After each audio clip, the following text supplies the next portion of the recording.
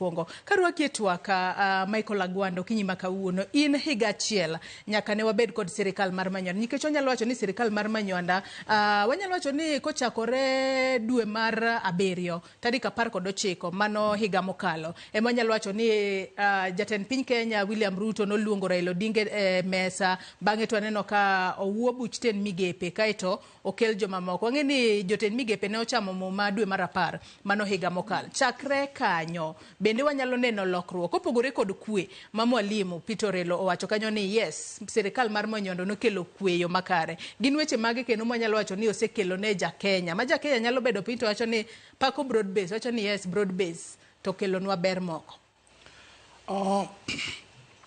Jokanyo nama winjo gik mowacho. Der wacho ni broad based government ni osekelo gik mang'eny ahinya. Broad based government osekelo wer miluongo ni Kasongo. Wer mar Kasongo no ber. Osekelo wer no nwakia.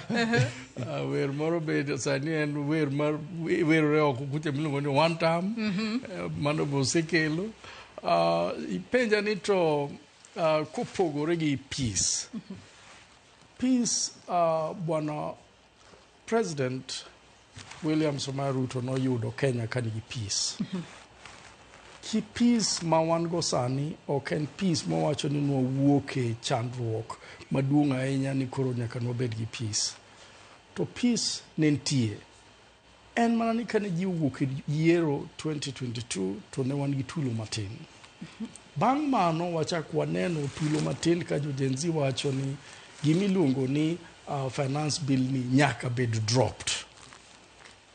To gima nyaka wawachi ni kane onge kweno matin, kweno nokobedo nikech wajumbe no decide ni ok ginyal winjo jopiny.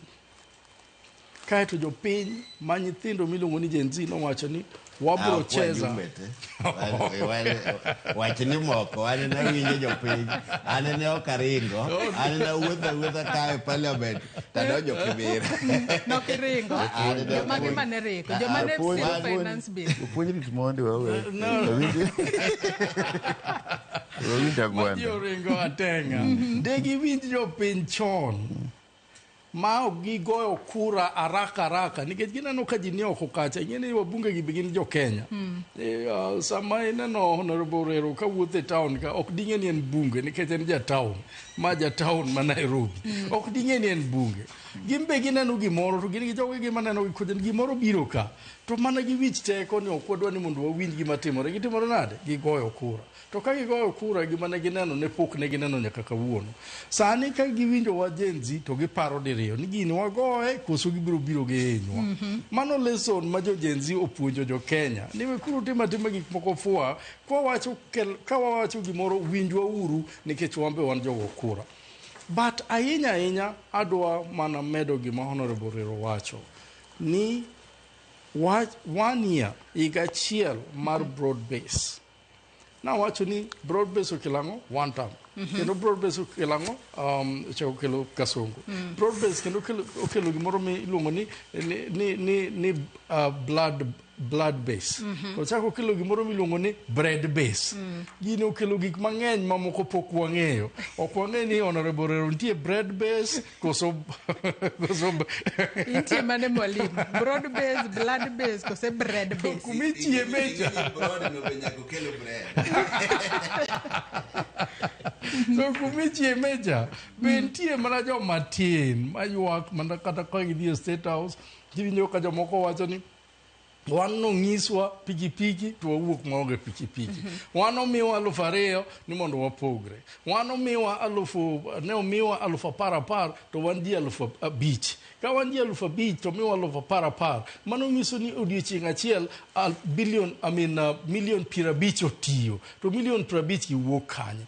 Broad base ni be okelo gimoro, osiep moro mapok wadwaro waneno mar President William Samoei Ruto gi Honorable Raila Amolo Odinga. Mano osiep ma ka waneno adier to waneno ni en osiep manyalo dhi mabor. Broad base ni be waneno kokelo gimoro ni sani ji nyalo loso Nyanza to giloso Western to giloso central, to giwach coast. Nyiso ni unity moro ntie ma broad base ni okelo mar adier.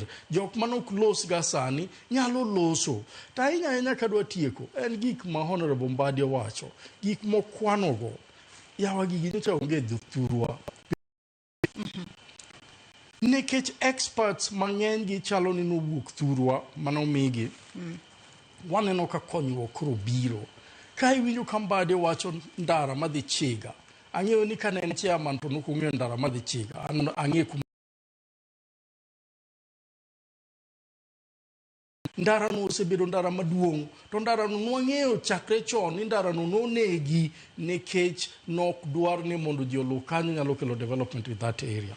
To kanye ma industrial zone dhiye, aneno ka Professor Nyong'o wacho ni mane area man gi a lot of big chunks of plot ma industrial assets dhiye. Kandara no inyalo losi, kata congestion mwaneno Kisumu town dhi bedo maonge nikech Muhoroni nyalo bedo machiegni, to kata Nairobi nyalo bedo machiegni. Ndeche mowachogo, kako mowacho Kalamindi maudhi nyako sani, mano koro kadhe tie dalana. Ta inya ni ndeche wan jo South Nyanza, ndara mane kadhe gweng' ne onge. Waneno mana mobiro makoro wanyalo neno maber ahinya en mar Migori, mane dhi nyaka Sori, mane neno kolose na lam maber. To ndara no onge, ok timre. To magi koro waneno ka timore. Nyiso ni broad base ni ka wawacho adier e onagi gi gik ma onagi koro neno, gi gik ma Honorable Mbadi osekete budget ni gigi dhi timore, wano dhi konyowa kendo moloyo any other time in the history of our political arena. Penjo machielo mabende wabobedo